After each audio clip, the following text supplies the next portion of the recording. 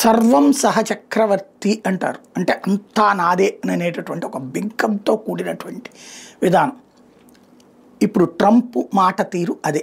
తాజాగా ఏమంటాడంటే డాలర్ ఆధిపత్యాన్ని అంగీకరించాల్సిందే ప్రపంచం అంతా.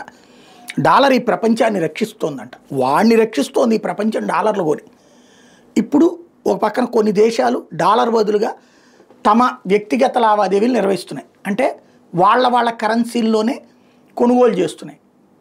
దాంతోపాటుగా బ్రిక్స్ అంటే యూరోపియన్ యూనియన్ ఎప్పుడో యూరో కరెన్సీ పెట్టుకున్నా అమెరికాతో పోటీ పడదలుచుకోలేదు, డాలర్తో పోటీ పడుచుకోలేదు. అప్పట్లో అనుకున్న తర్వాత అమెరికా చెప్పు చేతలోకి వెళ్ళిపోయారు.